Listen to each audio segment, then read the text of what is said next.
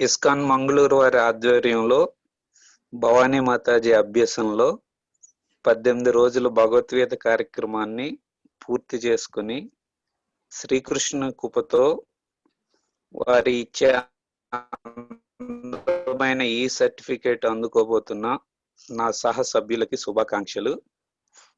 గురువు అంటే యథార్థమైనటువంటి సత్య వస్తువుని మనకు దర్శనం చేయడానికి మనకు కావలసిన జ్ఞానాన్ని అనుగ్రహించగలిగేటటువంటి వాడు.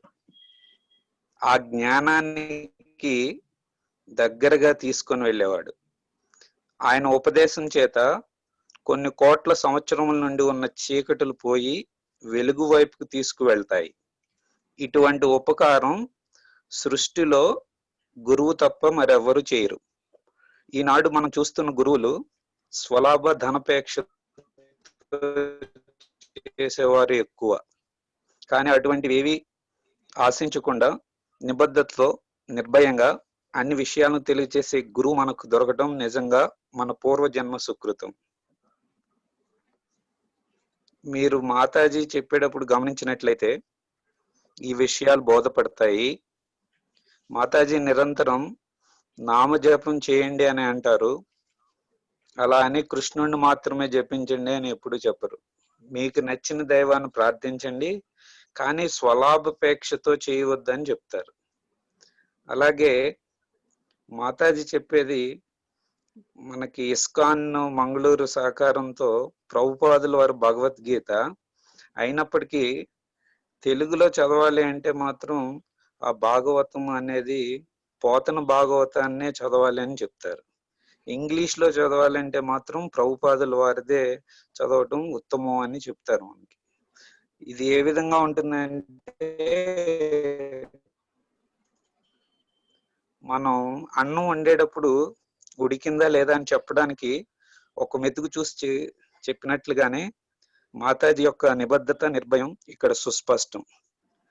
సో అటువంటి మా గురుగారైన భవానీ మాతాజీకి హృదయపూర్వక నమస్కారాలు తెలియజేసుకుంటూ ఈరోజు 18వ అధ్యాయంలోని మోక్ష సన్యాస యోగం గురించి తెలుసుకోబోతున్నారు. సో దీనిలో ఉన్నటువంటి 18 యొక్క అంకి యొక్క విశిష్టత గురించి మీ అందరితో షేర్ చేసుకోవాలని నాకు ఈ అవకాశం ఇచ్చారు మాతాజీ. సో ఈ 18 యొక్క విశిష్టత చెప్పాలంటే మొట్టమొదటిగా మహాభారతం అనేది 18 పర్వాలు. రెండవది భగవద్గీత మహాభారత ఇతిహాసంలోని భీష్మ పర్వంలో 25వ అధ్యాయం నుండి 45వ అధ్యాయం వరకు చెప్పబడింది. అంటే ఈ అధ్యాయాలు కూడా 18 వాటిలోనే లిఖించబడినాయి. మూడవది భగవద్గీతలో ఉన్న యోగాలు కూడా 18. మహాభారత యుద్ధం జరిగినప్పుడు జరిగిన ఆ రోజులు కూడా 18 రోజులు. అలా ఐదవది ఈ మహాభారతంలో పాల్గొన్న సైన్యాలను మీరు గమనించినట్లయితే 18 అక్షౌహిణీలు. ఈ 18 అక్షౌహిణీల్లో పాండవుల వైపు 7 అక్షౌహిణీలు, కౌరవుల వైపు 11 అక్షౌహిణీలు పాల్గొన్నారు. 6వ పాయింట్, ఒక అక్షౌహిణి అంటే 21,870 ఏనుగులు, 21,870. సో మీరు ఈ అంకెని జాగ్రత్తగా పరిశీలించినట్లయితే ఆ అంకెలన్నిటిని మీరు కూడినట్లయితే యాడ్ చేస్తే 2 + 1 + 8 + 7 + 0 మనకి 18 వస్తుంది.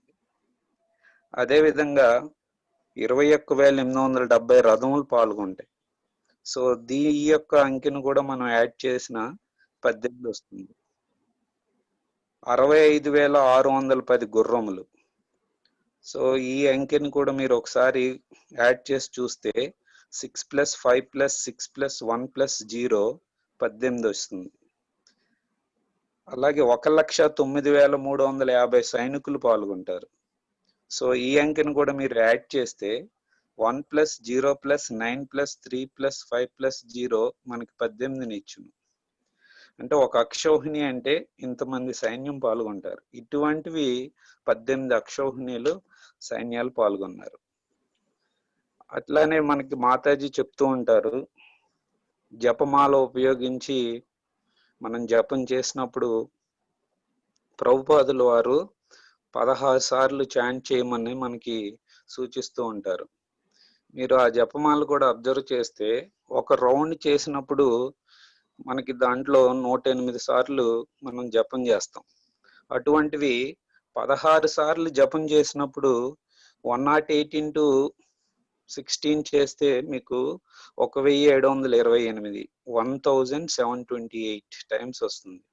సో ఈ అంకెను కూడా మీరు జాగ్రత్తగా గమనించినట్లయితే 1 + 7 + 2 + 8 గివ్స్, అది కూడా మనకి 18ని ఇస్తుంది. అలానే 7వ పాయింట్, మన దేహంలో ఉండేవి 10 ఇంద్రియాలు, అంటే 5 కర్మేంద్రియాలు ఉంటాయి. అనగా కాళ్ళు, చేతులు, శరీర సంఘాతములు, అవి 5. ఇంకొక 5 జ్ఞానేంద్రియములు ఉంటాయి, అనగా కళ్ళు, ముక్కు, నాలుక, చెవి, చర్మము. మరియు 5 ప్రాణములు, మనస్సు, బుద్ధి, అహంకారం. వీటన్నింటినీ కూడా మీరు కూడినట్టయితే 18 అంశాలు ఉంటాయి. ఈ 18 అంశాలను నిగ్రహించుకుంటూ మానవ జీవనం అనేది ఏ విధంగా ఉండాలి, భగవంతుణ్ణి ఏ విధంగా చేరువవ్వాలి అనే అంశం గురించి చెప్పేదే భగవద్గీత.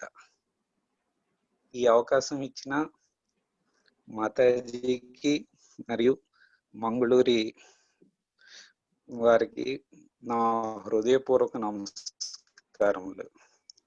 ధన్యవాదములు మాతాజీ. Thank you so much Krishnam Raju Prabhu garu. సహృదయులు, సున్నిత వాక్కుతో అద్వితీయమైనటువంటి విషయాలు, అంటే మాట చాలా సాఫ్ట్ గా మాట్లాడతాడు ఆయన. ఇప్పుడే కాదు, గత 4 నెలల నుంచి చూస్తున్నా, ఎక్కడా కూడా, బట్ మెసేజ్ చాలా పర్ఫెక్ట్ గా he conveys. So I really thank him. Thank you so much Prabhu. ఈ కర్మేంద్రియాలు, జ్ఞానేంద్రియాలు తదితరమైనటువంటి అంశాల్లో 18 మనం chant rounds, number of rounds we chant, 16 rounds చేయాలనేది మనకు చెప్పబడేటువంటి అంశం.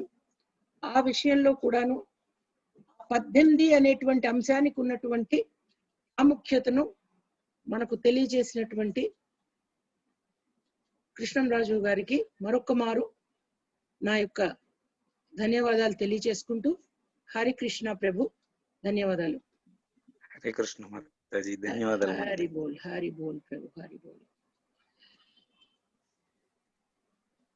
భగవద్భక్తులారా, కృష్ణ ప్రేమికులారా, ఈనాటి కార్యక్రమాన్ని యథాతథంగా మోక్ష సన్యాస యోగము ఇస్ ద లాస్ట్ చాప్టర్.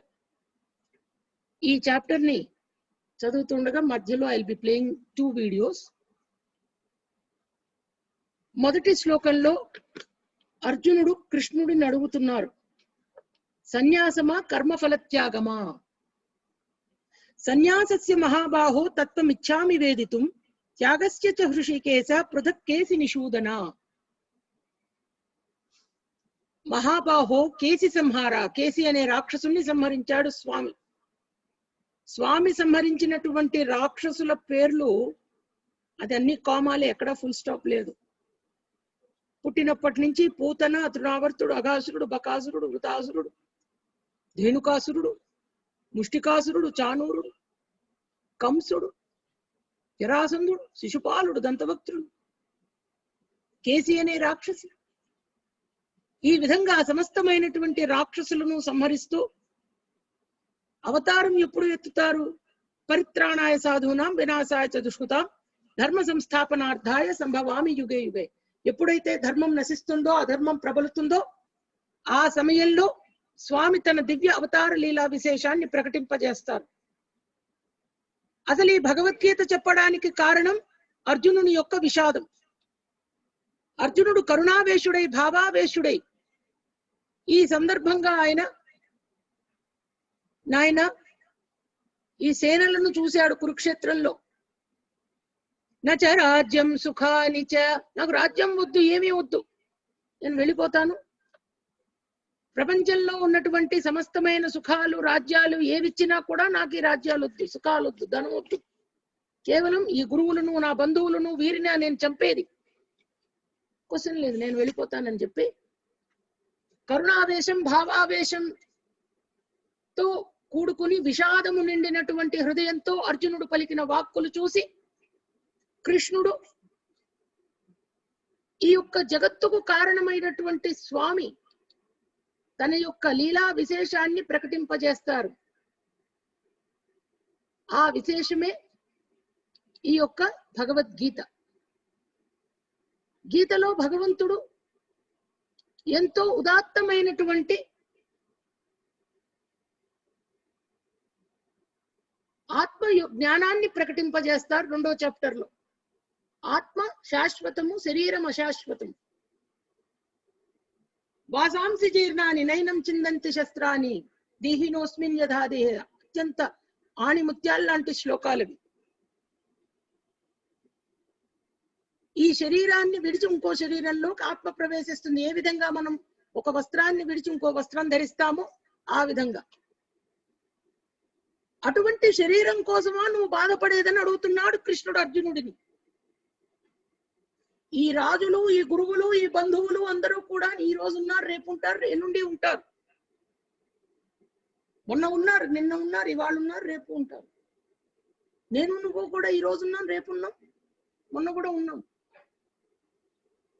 లేనిది కేవలం ఈ శరీరమే మార్పు చెందుతుంది. దేవదేవునికి చేయు నిష్కామ సేవ మాత్రమే స్థిత ప్రజ్ఞుని లక్షణాల కింద చెప్పబడి ఇంద్రియ నిగ్రహంతో ఏ విధంగా మనం ఈ ప్రపంచబద్ధులం కాకుండా కాపాడుకోవాలో స్వామి ప్రకటిస్తారు. ఇక 3వది కర్మయోగం. కర్మయోగములో స్వామి ఈ భౌతిక ప్రపంచంలో ఉన్నటువంటి ప్రతి జీవి ఏదో ఒక కర్మలో ఉండాలి కాబట్టి ప్రపంచబద్ధుని కావించుకోకుండా ముక్తిని ప్రసాదించేటువంటి నిష్కామ కర్మ చేస్తూ, కర్మ యోగము కింద చేస్తూ, కర్మకాండ కింద కాకుండా ఈ కర్మ బంధనాల నుంచి బయటపడేటువంటి మార్గాన్ని ప్రకటిస్తారు. 4వది జ్ఞానయోగం. దివ్య లీలలు ఎందుకు ప్రతి యుగములోనూ స్వామి ప్రకటిస్తున్నారు, అవతరిస్తున్నారు. యదా యదా హి ధర్మస్య గ్లానిర్భవతి భారత అభిధానమ ధర్మస్య తదాత్మానం సృజామ్యహం పరిత్రాణాయ సాధూనాం వినాశాయ చ దుష్కృతాం ధర్మ సంస్థాపనార్థాయ సంభవామి యుగే యుగే. ఎప్పుడైతే ధర్మం నశించి అధర్మం ప్రజ్వరిల్లుతుందో అప్పుడు ఈ యుగములో అవతారాన్ని ప్రకటిస్తారు స్వామి. 5వది కర్మ సన్యాస యోగం, కృష్ణ చైతన్య సహిత కర్మ. ఇక 6వది ధ్యాన యోగంలో యమ నియమాసనాదులతో కూడిన అష్టాంగ యోగం. మనస్సును, ఇంద్రియాలను నియమించి పరమాత్మ యందు ధ్యాన నిష్టను ప్రకటింపజేస్తుంది. కాబట్టి శరణు పొందాలి అనేటువంటి శరణాగతిని, యోగరూఢతా స్థితిని మనకు ప్రకటింపజేస్తారు స్వామి. ఇక తదనంతరం ఉన్నటువంటిది అష్టమ యోగము, అక్షర పరబ్రహ్మ యోగం. జీవితమునంతా కూడా ముఖ్యంగా మరణ సమయంలో శ్రీకృష్ణుణ్ణి తలుచుకుంటూ శ్రీమన్నారాయణుడి యొక్క నామస్మరణతో ఏ విధంగా మృత్యువును పొందవచ్చు, కృష్ణగతి శుక్లగతిలో ఏ విధంగా మరణిస్తే మనకు లోకాల ప్రాప్తి కలుగుతుంది అనేటువంటి అంశాలు చెప్పడం జరిగింది. 9వ యోగం రాజవిద్య రాజగుహ్య. ఏదైతే అత్యంత విశిష్టమైనటువంటి జ్ఞానము, విశిష్టమైనటువంటి అతి రహస్యమైనటువంటి జ్ఞానము, విశుద్ధ భక్తితో స్వామిని చేరుకోవడం. 10వ యోగం విభూతి యోగం. పరమ పురుషుని యొక్క దివ్య వైభవములు ఈ యొక్క సృష్టిలో ఏ విధంగా వ్యక్తీకరణమై ఉన్నదో, పక్షులలో, జంతువులలో, వృక్షములలో, పర్వతాలలో, వేదములలో, యజ్ఞములలో సమస్తము సర్వాంతర్యామి స్వామి. గోపాల బాలుడైనాడు కాబట్టి ఆయన పరమ పురుషుడా కాదా అనేటువంటి సందేహం అక్కర్లే. పరమ పురుషుడు గోపాల బాలుడైనాడు, మురహరుడు ఎదుట ముద్దుగారేనిదిగో పరమ పురుషుడు.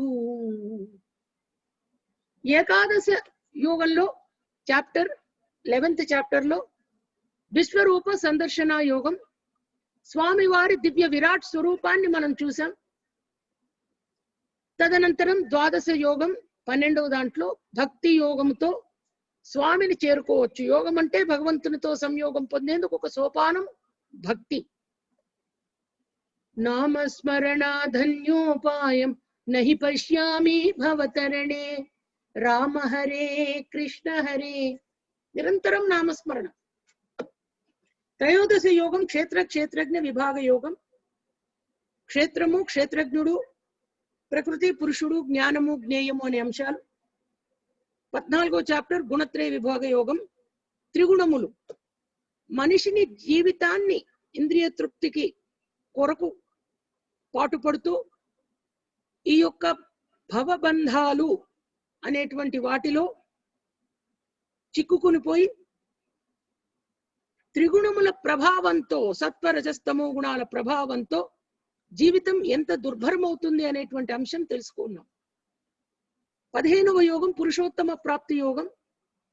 ఈ భౌతిక ప్రపంచ బంధాల నుండి విడివడి కృష్ణ భగవాను దేవాది దేవుడిగా అవగాహన చేసుకోవడానికి వేద విజ్ఞానం యొక్క పరమ ప్రయోజనాన్ని మనం అప్సైడ్ డౌన్ ట్రీ కాన్సెప్ట్, అశ్వత్థ వృక్షం, భౌతిక చెట్టు, ఆధ్యాత్మిక వృక్షము అనేటువంటి కాన్సెప్ట్ లో తెలుసుకున్నాం. 16వది దైవ అసుర సంపద విభాగ యోగం, దైవీ గుణాలు, అసుర గుణాలు. 17వ గుణం శ్రద్ధాత్రయ విభాగ యోగం. సత్వరజస్తమో గుణాలకు సంబంధించినటువంటి ఏవైతే దానములు, పూజలు, తపస్సులు, యజ్ఞములు, ఆహారము ఉంటుందో వాటి గురించి. ఇక ఈరోజు లాస్ట్ చాప్టర్ ఆఫ్ భగవద్గీత, అష్టాదశ యోగము, మోక్ష సన్యాస యోగం. ఈ యోగంలో ఇక్కడ స్వామి చెప్తున్నట్టు ఈయన అడుగుతున్నాడు, ఎవరు, ఒక్క నిమిషం,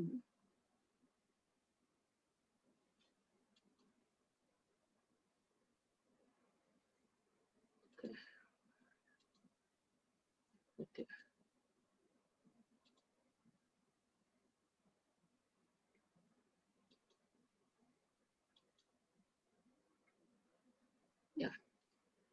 అర్జునుడు కృష్ణుడిని అడుగుతున్నారు ఏమని అంటే, కర్మ సన్యాసమా లేక త్యాగమా అని. ఆ అంశాలను ఇక్కడ ఈ విధంగా చెప్తున్నారు చూడండి. ఓ మహాబాహో కేసి సంహార, ఇంద్రియాధీశ, త్యాగము సన్యాసము అను వాని ప్రయోజనమును నేను తెలుసుకుని కోరుచున్నాను. త్యాగానికి సన్యాసానికి ఉన్నటువంటి వ్యత్యాసం. అప్పుడు భగవంతుడు చెప్తున్నాడు 2వ శ్లోకంలో, కామ్యానాం కర్మణాన్యాసం సన్యాసం కవయో విదుః సర్వకర్మ ఫలత్యాగం ప్రాహుత్యాగం విచక్షణ. విషయ కోరికల పరమగు కర్మలను త్యజించుటయే సన్యాసం అని కొంతమంది భావిస్తారు. అంటే అన్ని భౌతిక వ్యాపారాల నుంచి విడిపోవడం, అంటే ఏ యాక్టివిటీ చేయకుండా అదే సన్యాసం అనుకుంటారు కొంతమంది అంటున్నాడు స్వామి. కానీ కర్మ ఫలాలను విడవడమే త్యాగమని బుద్ధిమంతులు చెప్తారయ్యా అంటున్నాడు. పండితులు, బాగా జ్ఞానం ఉన్నవారు ఏం చేస్తారట, ఏ విధంగా అయితే ఈ యొక్క విషయ కోరికలు భౌతిక కర్మల నుంచి విడిపోవడం, పని చేయకుండా సన్యాసం పుచ్చుకున్నాం అంటారు. అది కానీ కర్మ ఫలాలను విడవడమే త్యాగమని స్వామి చెప్తున్నారు. చెబుతూ 4వ శ్లోకంలో, నిశ్చయం శృణుమే తత్ర త్యాగే భరత సత్తమా త్యాగో హి పురుష వ్యాఘ్ర త్రివిధ సంప్రకీర్తితః. త్యాగమును గూర్చిన నా నిర్ణయాన్ని ఇప్పుడు ఆలకించవయ్యా. శాస్త్రములందు అట్టి త్యాగము 3 విధములు. త్యాగము 3 విధములు. యజ్ఞదాన తపకర్మ సత్యాజ్యం కార్యమేవ తత్ యజ్ఞోదానం తపశ్చైవ పావనాని మనీషిణాం. యజ్ఞము, దానము, తపస్సు అనేది కర్మలను ఎన్నడూ త్యజించరాదు, వానిని తప్పక చేయవలను. వాస్తవానికి యజ్ఞము, దానము, తపస్సు చేసేటువంటి మహాత్ములు పవిత్రమైనటువంటి ఆత్మలట వారివి. యజ్ఞము, దానము, తపస్సు అనేది మనను పవిత్రులను గావిస్తుంది. కాబట్టి ఈ 3టిని ఎప్పుడూ విడవకూడదు, యజ్ఞము, దానము, తపస్సు. ఆ అంశాన్ని చెప్తూ ఇక్కడ ఏతాన్యపితు కర్మాణి సంగం త్యక్త్వా ఫలాని చ కర్తవ్యానీతి మే పార్థ నిశ్చితం మతముత్తమం. ఓ పార్థ, ఈ కర్మలన్నింటినీ ఆసక్తికి గాని ఎట్టి ఫలాపేక్ష కానీ లేకుండా స్వధర్మం అనేది భావనలో ఉనరించాలి. ఇదే నా తుది అభిప్రాయము. సో ఫైనల్ వర్డ్ చెప్తున్నాడు ఆయన 18th చాప్టర్. మరి ఆయనకు ఫైనల్ వర్డ్ చెప్పకపోతే ఇంకేముంది? The time has come where the Bhagavan is saying to Arjuna that this is my final word. ఇంకా చెప్తాడు ఆయన ఈ శ్లోకాల్లోనే, రిజల్ట్ ఆఫ్ కురుక్షేత్ర ఇది వరకు చెప్పి, ఒకవేళ నీవు గనక నా మాట వినకపోతే నీవు నష్టపోతావు అనే విషయం కూడా చెప్తాడు. అంటే ఫైనల్ వార్నింగ్ ఇస్తారు. సామ దాన భేద దండోపాయాలు అంటారు. ఒక గురువు, జగద్గురువు శ్రీకృష్ణుడు అదే పద్ధతిని ఇక్కడ అవలంబించాడు అర్జునుడితో. పాప అతని విషాదాన్ని పోగొట్టడానికి జ్ఞానాన్ని అంతా ఇచ్చి ఇక లాస్ట్ గా ఆయన వార్నింగ్ కూడా ఇస్తాడు ఆయనకి. అదే విషయం ఇక్కడ చూస్తాం మనం. ఇక్కడ ఆయన చెప్తోంది చూడండి, ఈ కర్మలన్నిటినీ ఆసక్తికి గాని ఎట్టి ఫలాపేక్ష కానీ లేకుండా స్వధర్మం అనేది భావనలో వనరించాలి. స్వధర్మం మన ధర్మం ఇది. కర్మ ఫలితాన్ని కోరుకోకుండా ఈ పనులు చేయాలని స్వామి చెప్తున్నారు. అదే రీతిన నిర్దిష్ట కర్మలు విడవకూడదని కూడా చెప్తాడు ఆయన. చూడండి 7th శ్లోకంలో, నిర్దిష్ట కర్మలు విడవకూడదు. నియతస్య తు సన్యాస కర్మణో నోపపద్యతే మోహాత్తస్య పరిత్యాగ తామస పరికీర్తితః. స్పష్టంగా చెప్తున్నాడు ఆయన. విద్యుక్త ధర్మలను ఎన్నడూ విడువరాదు. ఇప్పుడు మేము భగవద్గీత విన్నాం. ఇస్కాన్ మంగళూరు వారు చేపట్టిన ఈ కార్యక్రమంలో భవానీ మాతాజీ గారు చెప్పారు. సో భగవద్గీత విన్నాం. ఇక రేపటి నుంచి మేమేం పని చేయం. ఈ నిమిషం నుంచే ఏదన్నా అంటే భగవంతుడే చెప్పాడు కదా, నిష్కామ కర్మ చేయమన్నాడు. అది మన వల్ల కాదు. మనం పని చేస్తే కదా నిష్కామ, అసలు కర్మే చేయొద్దు. No activity. భగవత్ మార్గంలో ఉందాం. కుదరదు. స్వామి చెప్తున్న విద్యుక్త ధర్మలు, మనకున్న డ్యూటీస్ ఏవైతే ఉంటాయో, మన బంధాలు ఏవైతే ఉన్నాయో వాటి యొక్క విద్యుక్త ధర్మలను మనం నెరవేర్చాలి. మోహ కారణమున ఎవరేని తన విద్యుక్త ధర్మాన్ని విడిచాడో అట్టి త్యాగము, అది త్యాగం అనుకోకూడదు. సన్యాసం త్యాగం అని పేరు పెడితే తమో గుణానికి సంబంధించిన పాపం అది. దుఃఖమిత్యేవ యత్కర్మ కాయ క్లేశ భయాత్యజేత్. చూడండి ఇంకా విషయాలు చెప్తున్నాడు ఆయన. ఎవరైనా కానీ దుఃఖమని, దేహానికి అసౌకర్యమని చదవాలి, లేదా ఓ పని చేయాలి, లేదా ఓ కార్యక్రమంలో పాల్గొనాలి. దుఃఖకరం, కష్టం కలుగుతుంది, దేహానికి చాలా చాలా అసౌకర్యం, ఇన్కన్వీనియన్స్ టు అవర్ బాడీ అని భావించి విద్యుక్త ధర్మల్ని విడిచేవాడు రజోగుణమునందు త్యాగమునర్చిన వాడుగును. అట్టి కార్యమెన్నడూ త్యాగమందలి ఉన్నత స్థితిని కలుగజేయదు. మేము త్యాగం చేసాం, మేము సన్యాసం తీసుకున్నాం అంటే అది కుదరదట. అంటే తప్పించుకు తిరుగువాడు ధన్యుడు సుమతి అంటే ఇక్కడ ధన్యుడు సుమతి చెప్పట్లేదు కృష్ణుడు. వాడు పాప పంకిలంతో దుష్టమైనటువంటి ప్రభావాన్ని కొని తెచ్చుకుంటాడు అని చెప్తున్నాడు. కాబట్టి విద్యుక్త ధర్మాలను విడవకూడదు. దుఃఖకరం, కష్టంగా ఉంటుంది, బాడీ కొంచెం కన్వీనియంట్ కాదు మనకి. అంటే బాడీలీ ప్లెజర్స్ బాగా అలవాటైపోయి కష్టపడే తత్వం లేదు, శరీరానికి కష్టం కలగకూడదు. అటువంటి తత్వంతో కనుక ఉంటే అది తమో గుణ భరితం, మరియు మనని ఉన్నత స్థితికి తీసుకెళ్లదు. ఈ యొక్క జనన మరణ చక్రంలోనే ఉండిపోతామని చెప్తున్నాడు. దానికి సంబంధించి ఇంకొక అంశం ఆయన చెప్పింది, నిర్దిష్ట కర్మలని చేస్తూ దాని ఫలాన్ని విడిస్తే అదే సాత్వికం. కార్యమిత్యేవ యత్కర్మ నియతం క్రియతే అర్జున సంగం త్యక్త్వా ఫలం చైవ సత్యాగ సాత్వికో మతః. తప్పక వనరించవలసినదైనా కూడా తన స్వధర్మాన్ని నిర్వహిస్తూ సమస్త భౌతిక సంగమాన్ని మరియు ఫలాసక్తిని విడిచేటువంటి త్యాగమే సాత్విక త్యాగము. త్యాగాల్లో మళ్ళీ 3 అంశాలు చెప్తున్నాడు స్వామి: సత్వత్యాగము, రజోత్యాగము, సాత్విక త్యాగము.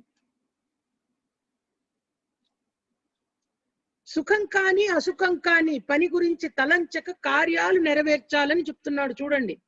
నద్వేష్ట కుశలం కర్మ కుశలే నానుషజ్యతే త్యాగీ సత్వ సమావిష్టో మేధావి చిన్న సంశయ. అశుభమనో కష్టమనో సుఖమనో పనులు చేయడం గురించి ఆలోచించకూడదట. అశుభ కర్మల ఎడ దేశం గాని శుభకర్మల యందు సంగత్వం గాని లేనట్టి బుద్ధిమంతమైనటువంటి కార్యక్రమమే సత్వగుణ త్యాగికి కర్మ ఎడ ఉన్న ఎట్టి సంశయాలు ఉండవు. అశుభమైనా శుభమైనా చేస్తాం. ఎవరింటోనో చనిపోయారు, ఏదో సహాయం చేయాలి, అశుభం మేము పోం అనుకోడు. అశుభాలలో కూడా మంచి గుణంతో సమానమైనటువంటి దృష్టితో కార్యక్రమం పాల్గొనడమే గొప్పతనం. వారు ఏదో కష్టంలో ఉన్నారు, ఏదో కరోనా వచ్చింది, ఆ కుటుంబానికి మనం సహాయం చేస్తాం. అమ్మో అటువైపు పోతేనే కరోనా అంటుతుందంటే జాగ్రత్తలు తీసుకుంటూ కార్యక్రమాలు మనం చేయవచ్చు. నహి దేహ భృతాశక్యం త్యక్తుం కర్మాణ్యశేషత ఎస్తు కర్మ ఫల త్యాగి త్యాగీత్యభిధీయతే. దేహదారుడైన వాడికి సర్వకర్మలను త్యజించుట నిక్కంగా అసాధ్యమైన విషయం. కానీ కర్మ ఫలాలను త్యాగం చేసిన వాడు మాత్రమే నిజమైన త్యాగి. 11వ శ్లోకంలో చాలా చాలా స్పష్టంగా హూ ఈస్ త్యాగి, త్యాగి ఎవరు? అమ్మో నేను త్యాగం చేశానండి అంటాం, కుదరదు. You have no right to call yourself a tyagi, because Lord Krishna is saying very clearly who is a tyagi.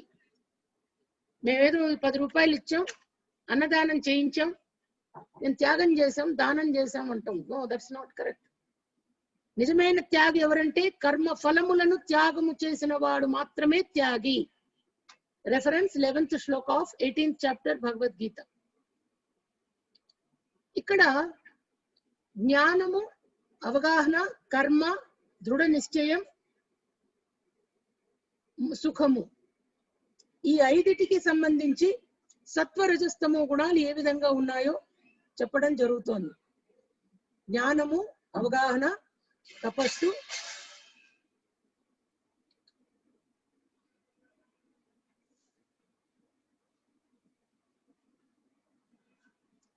జ్ఞానము, అవగాహన, కర్మ, దృఢ నిశ్చయము, సుఖము. ఈ చిత్రంలో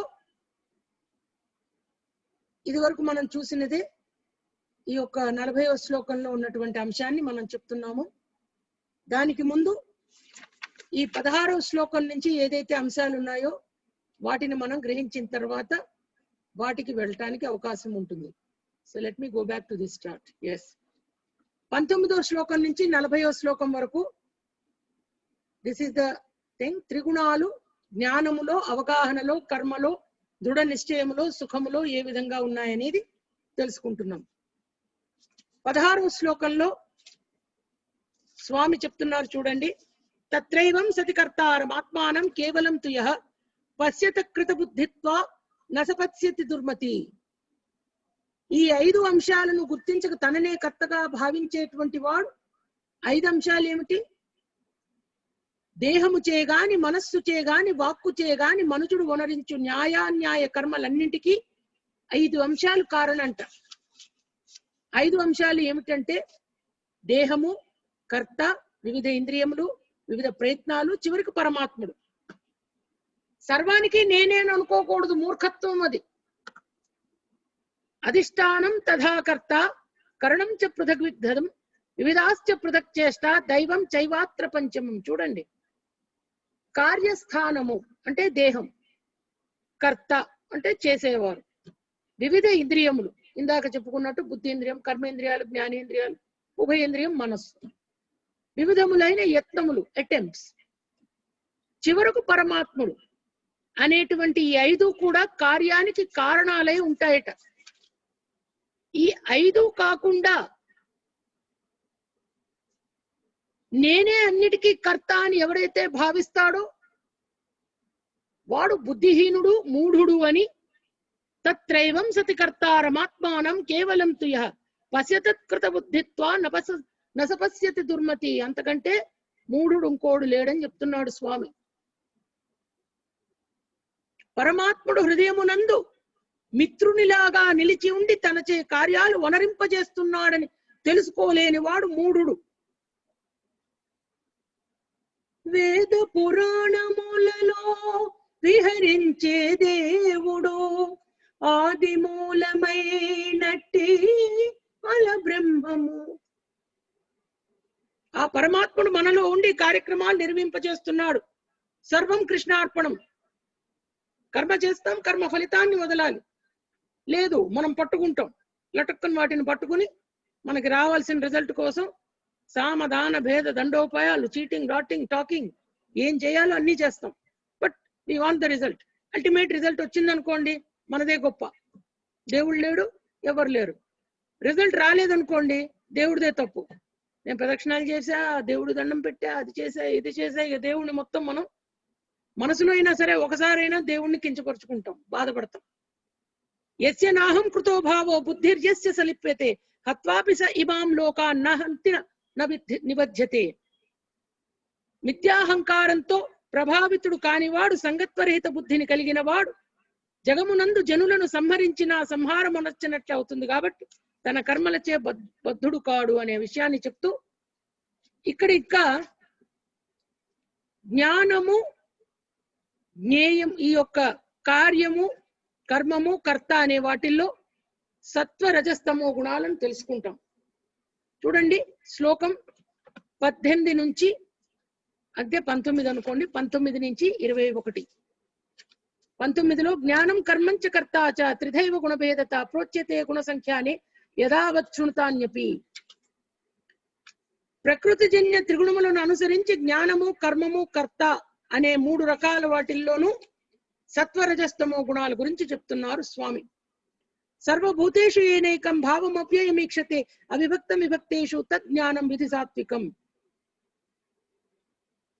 జీవులు అనేక రూపాలలో ఉన్నా కూడా సర్వములోనూ ఉన్నది పరమాత్మ రూపం ఒక్కటే అనేటువంటి దాన్ని గ్రహించిన జ్ఞానమే సత్వజ్ఞానం.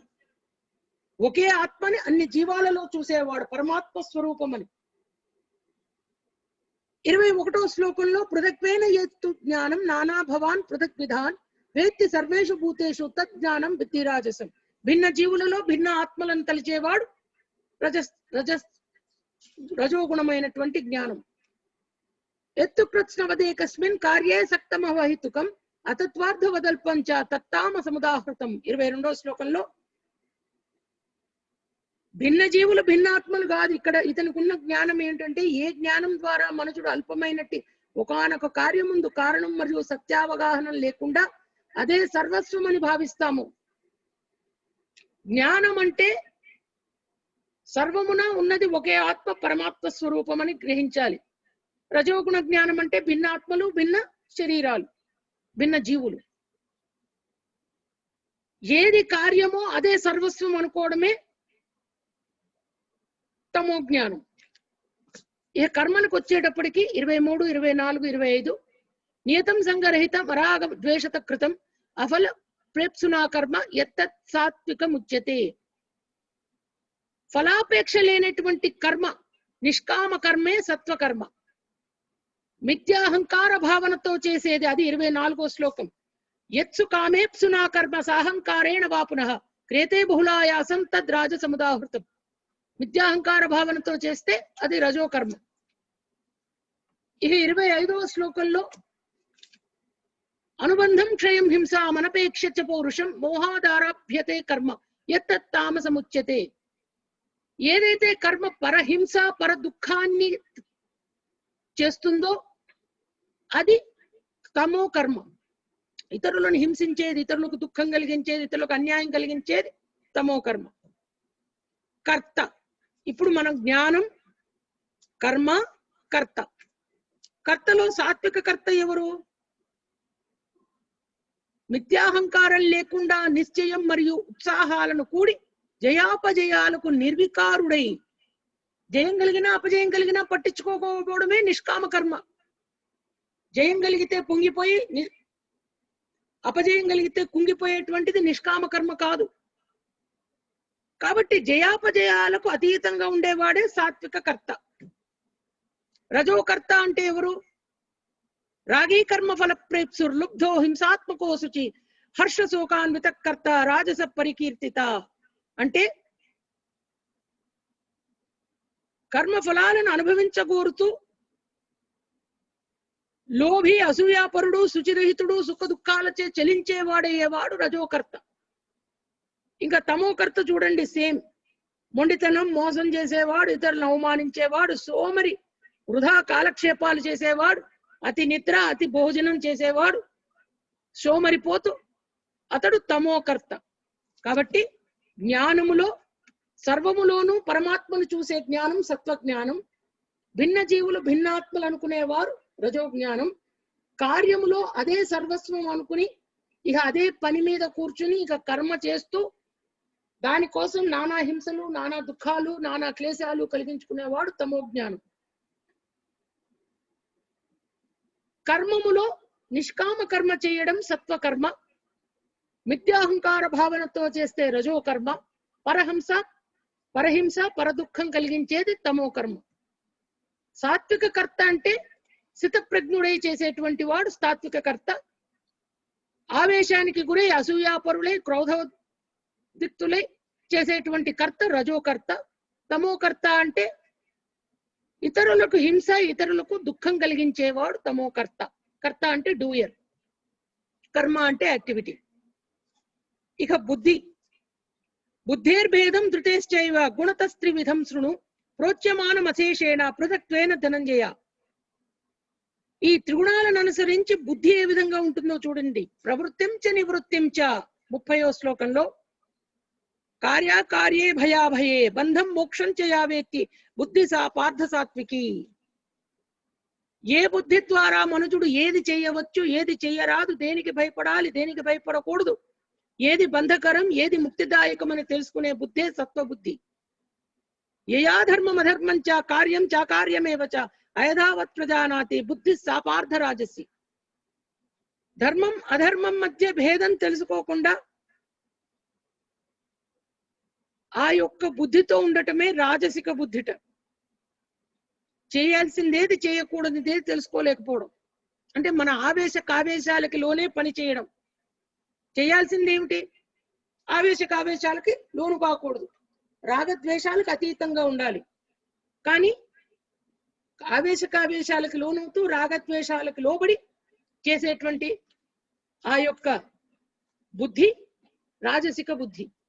అధర్మం ధర్మమితి అమన్యతే తమసావృత. అజ్ఞానం మరియు భ్రాంతి కారణంగా అధర్మాన్ని ధర్మంగా, ధర్మాన్ని అధర్మంగా కోరుకుని చేసే బుద్ధి తామస బుద్ధి. మనకు తెలుసు ధర్మం అధర్మం అదే ధర్మం అనుకుంటున్నాం, అధర్మాన్నే ధర్మం అనుకుంటున్నాం. ఈ కాలంలో ఒక ఉగ్రవాద కాన్సెప్ట్ లో చెబితే జిహాద్, అది ఒక ధర్మం కింద అనుకుంటున్నారు వారు. అధర్మం అది. అధర్మాన్ని ధర్మం కింద భావించి భ్రాంతి చెంది చేయడమే తమో జ్ఞానం, తామసిక బుద్ధి. ఇక 33 నుంచి నిశ్చయము. బుద్ధి నిశ్చయము. యయాతు ధర్మ కర్మార్థాన్ ధృత్వా ధారయతే అర్జున ప్రసంగేన ఫలాకాంక్షే ధృతి సా పార్థరాజసి.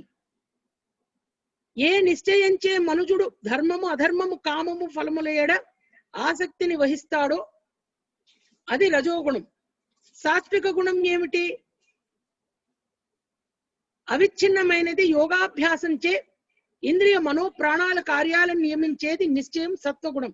అంటే మనం ఏది చేసినా భగవంతునికి అర్పిస్తూ అవగాహన చేసుకుంటూ సంపూర్ణంగా స్వామి సేవలో కేంద్రీకరించి చేసే పని సత్వ నిశ్చయం.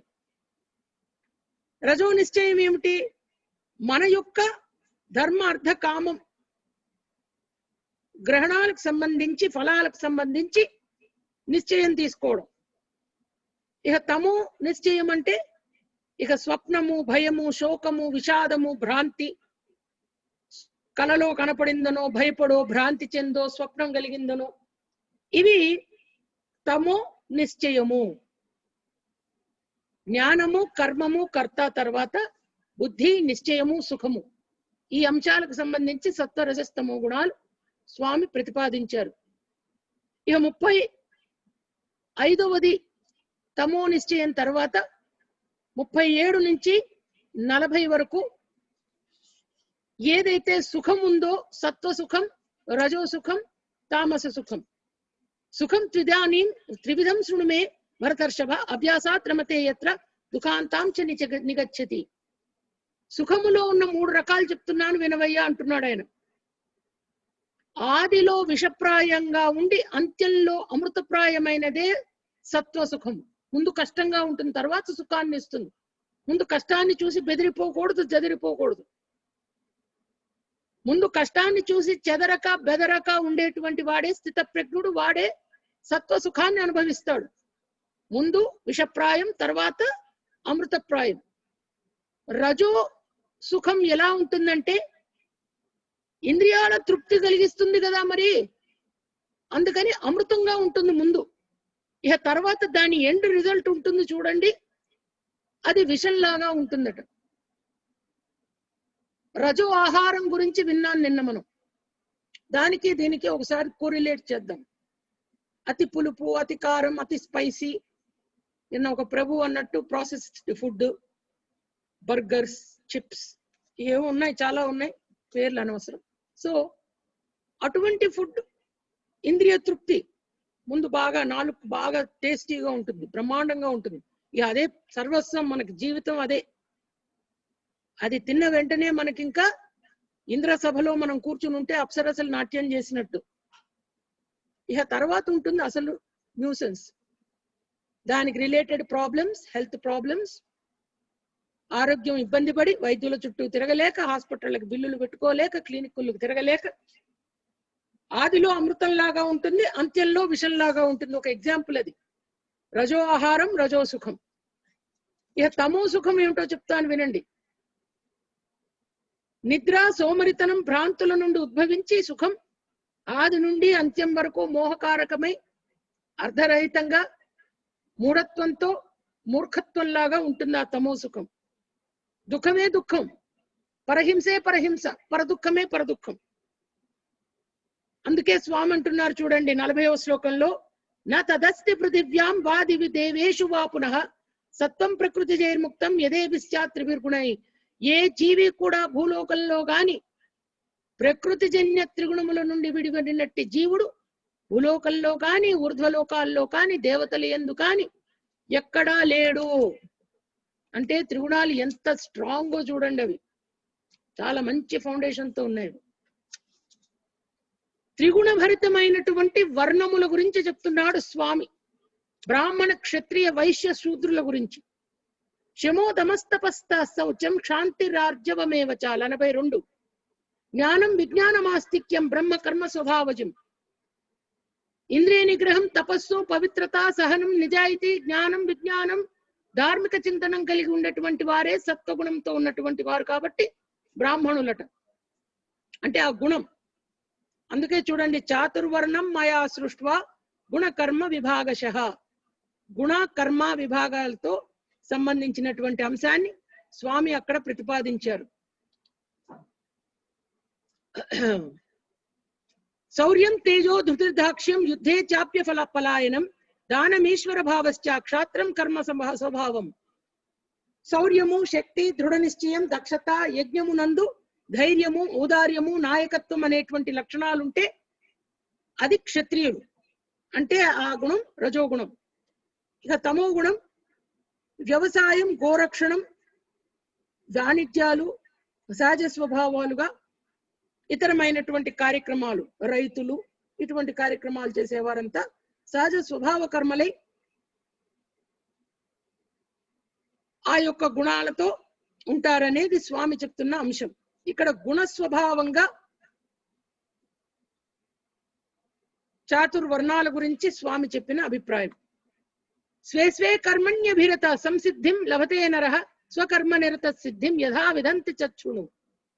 మనుజుడు తన గుణానికి సంబంధించిన కర్మను చేయుట ద్వారా పూర్ణత్వాన్ని పొందగలుగుతాడు. కాబట్టి ఇక దేనిని ఏ విధంగా ఉనరించవచ్చో నా నుండి వినుము అని చెప్తూ ఇక్కడ చూడండి, యత ప్రవృత్తిర్భూతానాం ఏన సర్వమిదం తతం సర్వకర్మణా తమభ్యర్చ సిద్ధిం విందతి మానవః.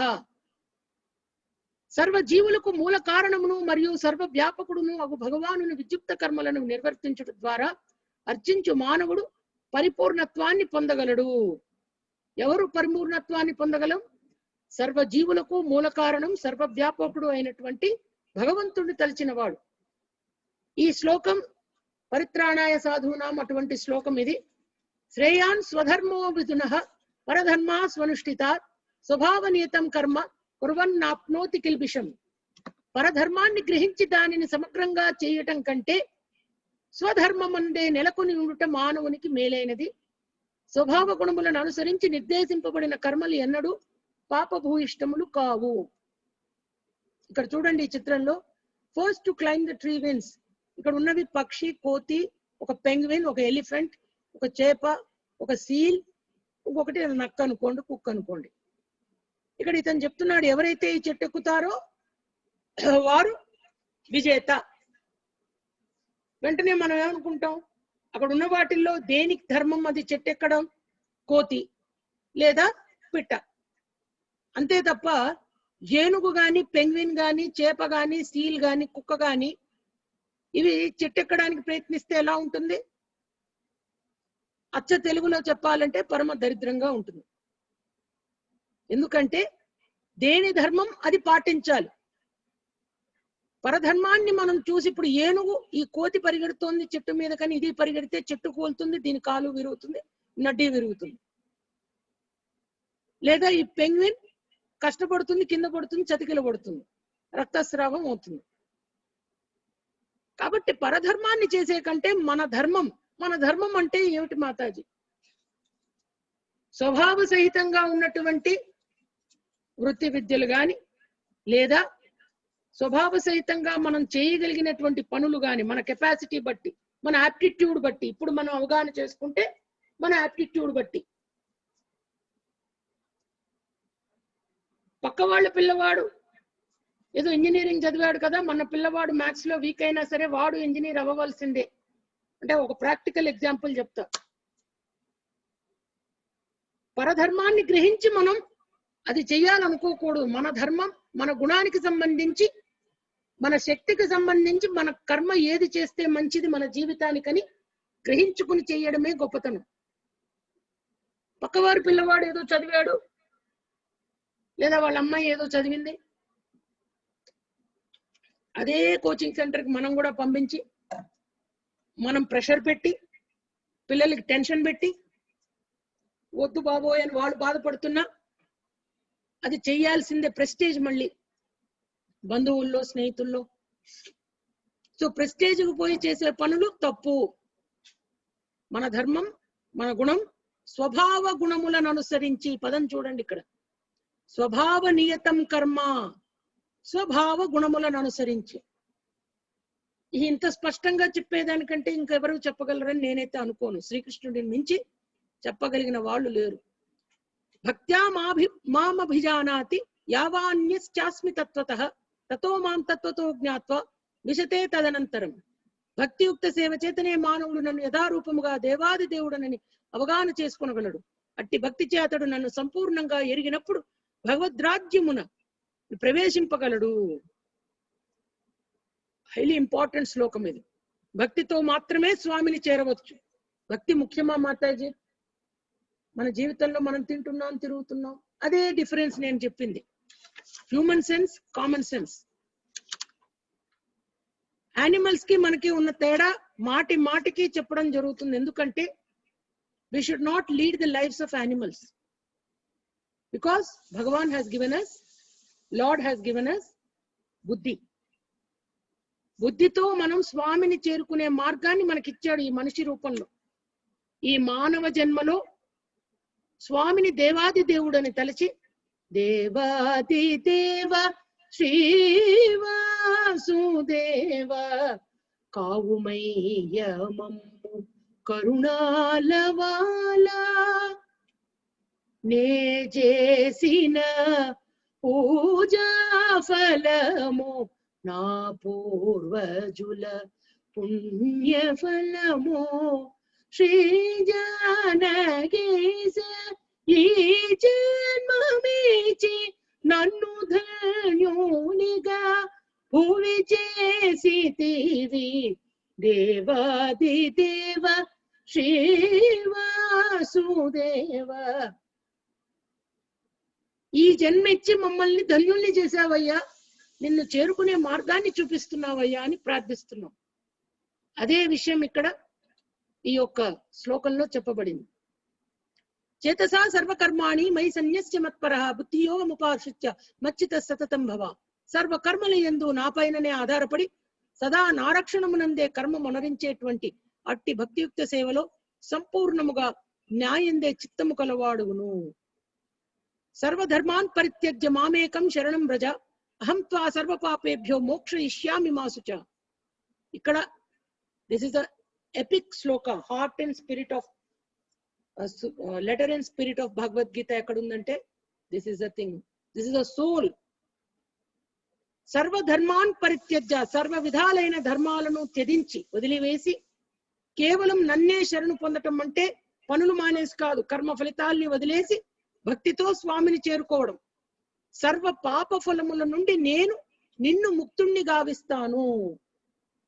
మా శుచ, దిస్ ఇస్ మై ప్రామిస్, వాగ్దానం.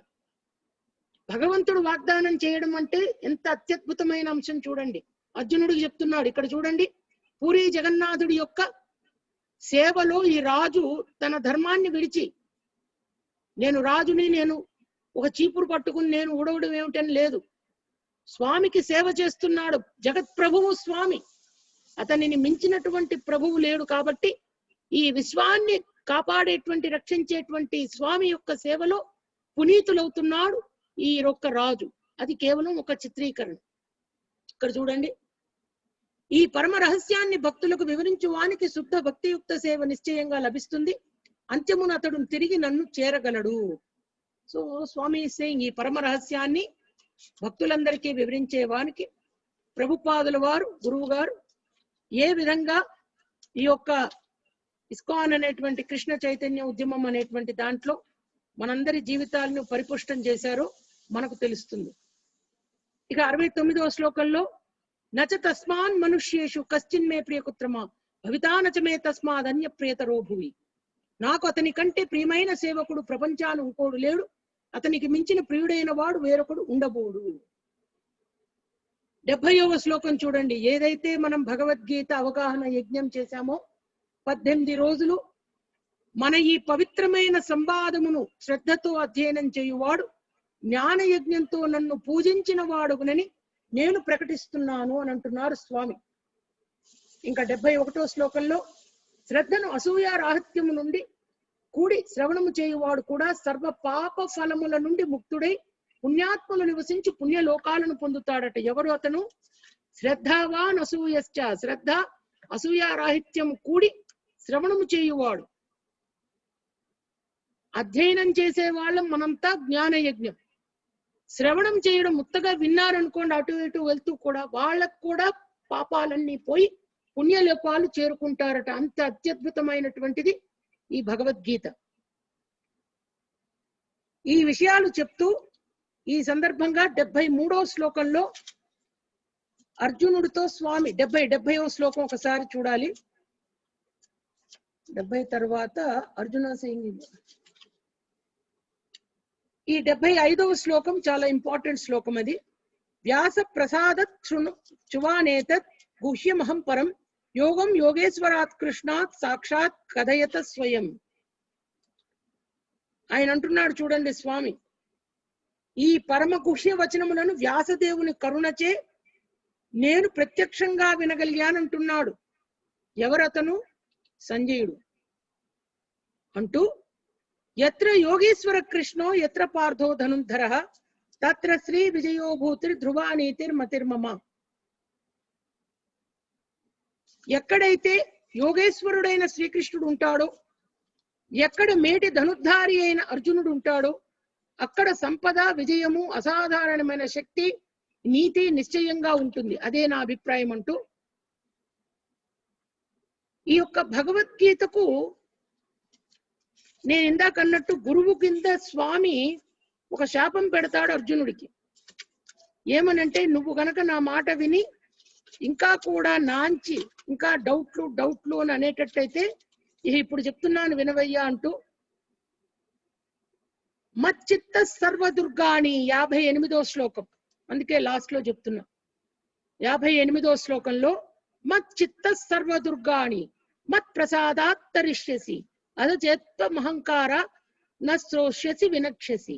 అంటే నా యందు చిత్తం గలవాడవై నా కరుణచే బద్ధ జీవనపు ఆటంకాలనన్నింటినీ దాటుతావు. కానీ ఒకవేళ నా మాట వినకపోతే నీవు నీ భావనతో మళ్ళీ మిథ్యాహంకారంతో కరుణ భావావేశం ఇక మళ్ళీ మొదలు సేమ్ ఫస్ట్ చాప్టర్ మొదలైతే తప్పక వినాశనాన్ని పొందగలవు. ఇంకా వార్నింగ్ ఇచ్చాడు కృష్ణుడు. Now do what I say. Now I told you ఆత్మజ్ఞాన, జ్ఞానయోగం, కర్మయోగం సమస్తమైనటువంటి జ్ఞానాలను నీకు ప్రసాదించాను. ఏది శాశ్వతం ఏది అశాశ్వతమైనదని చెప్పాను. కాబట్టి ఈ అంశాలను నువ్వు గ్రహించి పరిపూర్ణంగా తదేకమైన చిత్తంతో నాయందు ధ్యానంతో నువ్వు యుద్ధము చెయ్యి, లేదా తగిన శాస్తి అనుభవిస్తావు అంటూ ఈ యొక్క దివ్యమైన చిత్రం మరొక మారు అందరూ కూడా గోవింద హరి గోపాల మాధవ మధుసూదన సచ్చిదానంద మనుమోహన మురళీధర గోపాల. హరే కృష్ణ కృష్ణ కృష్ణ హరే హరే, హరే రామ్ రామ్ రామ్ హరే హరే. సకల శుభాలను, ముక్తిని మరియు పరిశుద్ధమైన భక్తిని అనుగ్రహించి దివ్యమైన సంవాదాన్ని శ్రవణం చేయడం, అధ్యయనం చేయడం మరియు ప్రచారం చేయడం ద్వారా శ్రీకృష్ణుని మరియు అర్జునుని యొక్క సాంగత్యాన్ని మరియు మనము నిత్యము అనుభూతి చెందవచ్చు అనేటువంటి అంశంతో ఈనాటి కార్యక్రమంలో ఇప్పుడు ఒక వీడియో ప్లే చేస్తున్నాను. దాన్ని భక్తులందరూ కూడా చూడగలరు.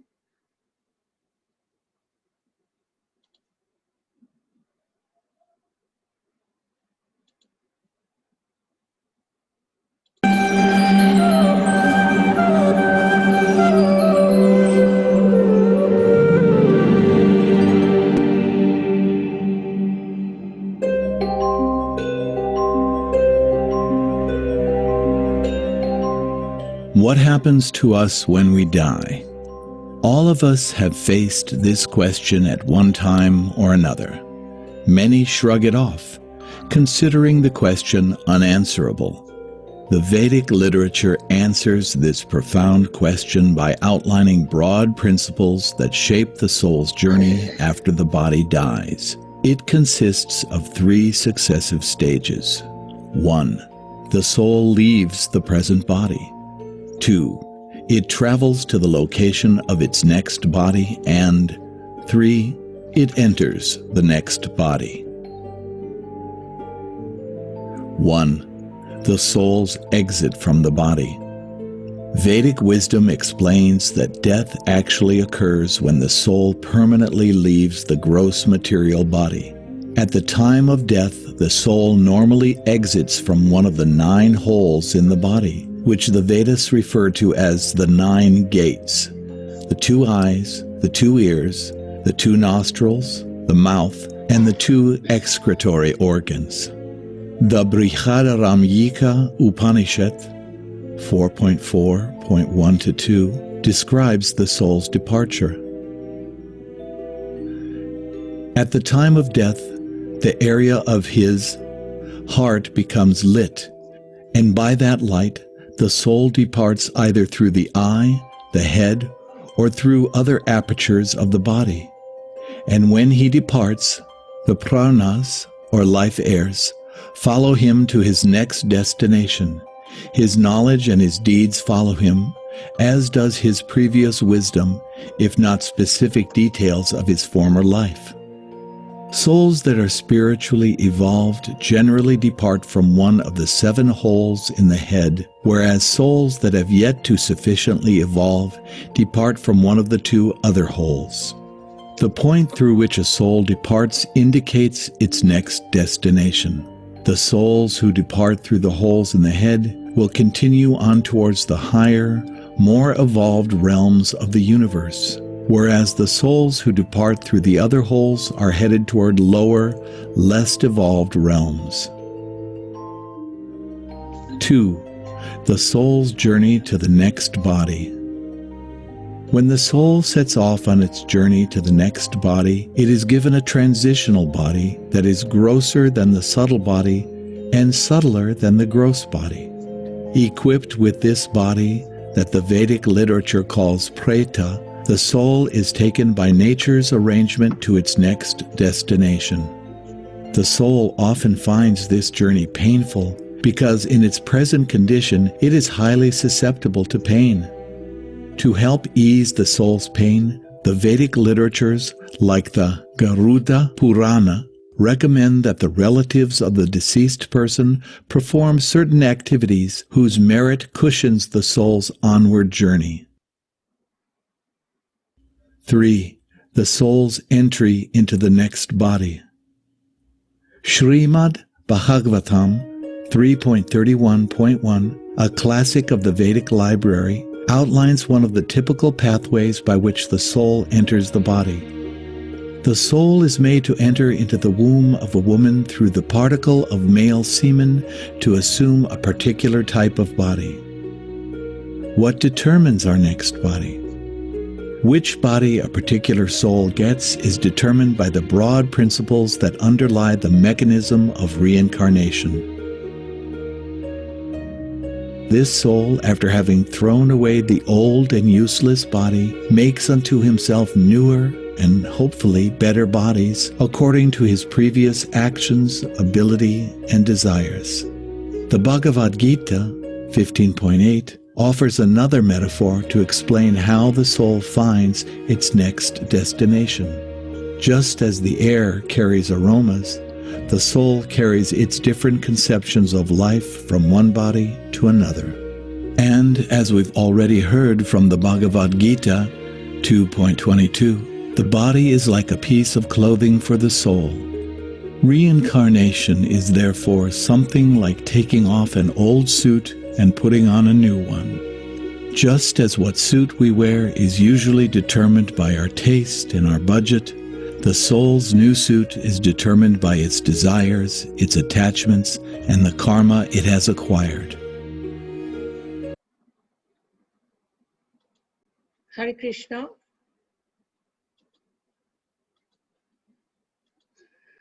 ఇప్పుడు ఈ వీడియోలో చెప్పబడిన అంశాలు 3. మనిషి మరణించినప్పుడు నవద్వారే పురే దేహి అని అంటాము. 9 రంధ్రాలు ఉన్నాయి మన శరీరంలో. వాటిల్లోంచి ఆ యొక్క ఆత్మ విడుదల చేయబడుతుంది. మనం చేసే కర్మల బట్టి ఆ విడుదల ఉంటుంది. తల నుంచి లేదా పై భాగాలలో ఏదైతే రంధ్రాలు ఉన్నాయో వాటి నుంచి కనుక ప్రాణం ఆత్మ అనేటువంటిది విడుదలైతే దానికి బేస్, అందుకే అన్నా నేను ఏదైనా మాట్లాడేటప్పుడు ప్రమాణం అంటే బేస్ ఒకటి ఉండాలి. దానికి గ్రౌండ్ మనం చెప్పేదానికి బృహదారణ్యక ఉపనిషత్తు. ఆ ఉపనిషత్తులో 4వ chapter 4th canto 4th chapter 122వ శ్లోకంలో ఈ ఆత్మ ఆ విధంగా గనక పయనిస్తే పై లోకాలకు పెడతాం. ఆత్మ గనక ఇతర రంధ్రాలు మన భాగంలో శరీరంలో కింద రంధ్రాలు ఏవైతే ఉంటాయో వాటి నుంచి గనక వెడలితే అధమ లోకాలకు పెడతాం. తర్వాత 2వ అంశం, ఆత్మతో పాటు విడుదలైనప్పుడు ఒక ప్రేత ఆత్మ అంటారు. ప్రేత అనేది ఫాలో అవుతూ ఉంటుంది. దాని నుంచి విడిపడటమే ఆత్మకు అత్యంత ముఖ్యమైనది. ఆ విడుదల కోసమని గరుడ పురాణంలో చెప్పినట్టు పితృకర్మలు అవి చేయడం, తర్పణాలు వదలడం అని చేస్తాము పెద్దల కోసం. ఇక భాగవతంలో కూడా చెప్పినట్టు మళ్ళీ 15వ చాప్టర్ భగవద్గీతలో చెప్పినట్టు గాలి వాయువు ఏ విధంగా చెడు వాసనలను తీసుకువెడుతుందో మంచి వాసనలను కూడా అరోమాస్ తీసుకెళ్తుందో సేమ్ వే కర్మ మరియు కామము కోరికలు ఇవి కూడా మన శరీరంతో పాటు ఆత్మతో పాటు, శరీరం అంటే ఆత్మతో పాటు పయనం చేస్తూ ఉంటాయి. మన ఆత్మ ఒక శరీరాన్ని విడిచి ఇంకో శరీరం, దేహాన్ని విడిచి ఇంకో దేహం ఏ విధంగా తీసుకుంటుంది అంటే మనం వస్త్రాలు ధరించినట్టే. మనం ధరించే వస్త్రాల యొక్క విలువ మనకున్నటువంటి డబ్బు బట్టి. అదే ఆత్మ ఇంకొక శరీరాన్ని ధరించాలంటే మనం చేసిన కర్మల బట్టి ఆ శరీరం ప్రాప్తం అవుతుందని భాగవతంలోనూ భగవద్గీతలో చెప్పబడింది కాబట్టి ఆ అంశాలు మనం అక్కడ అధ్యయనం చేయడం జరిగింది. ఇది చాలా చక్కగా ఈ యొక్క వీడియోలో ప్రస్ఫుటం చేయడం జరిగింది. కంప్లీట్ గా వాట్ ఈస్ ఈ పరిస్థితిలో ఏ విధంగా మొత్తం జీవితం ఉంటుంది అనే విషయం చెప్పడం జరిగింది. ఇంకొక చిన్న video I will be playing it for you. I think all of you must have seen it, but I think this video nu malli adigaru andaru. I'll just play it once again.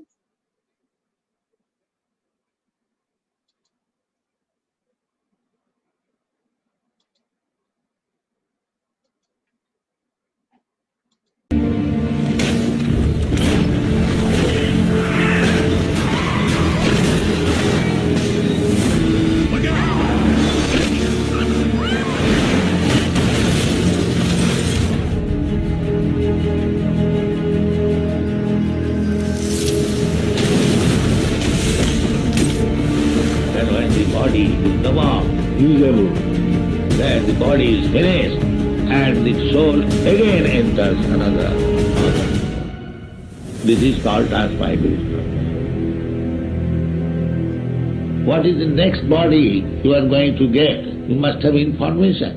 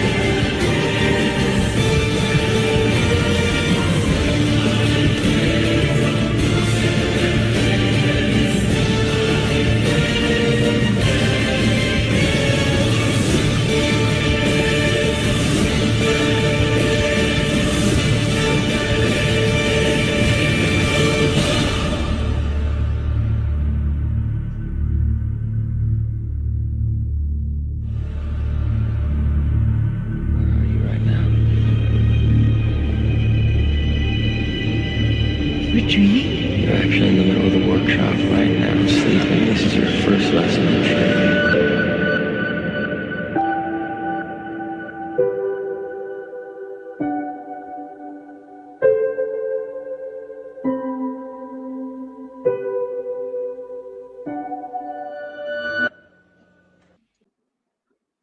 Hare Krishna.